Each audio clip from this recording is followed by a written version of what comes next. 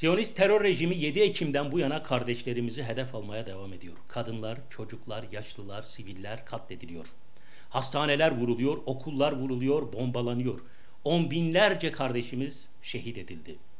Bu vahşi soykırıma Batı dünyasından herhangi bir ses yok, hatta destek var. Tam tersine destek açıklamaları var.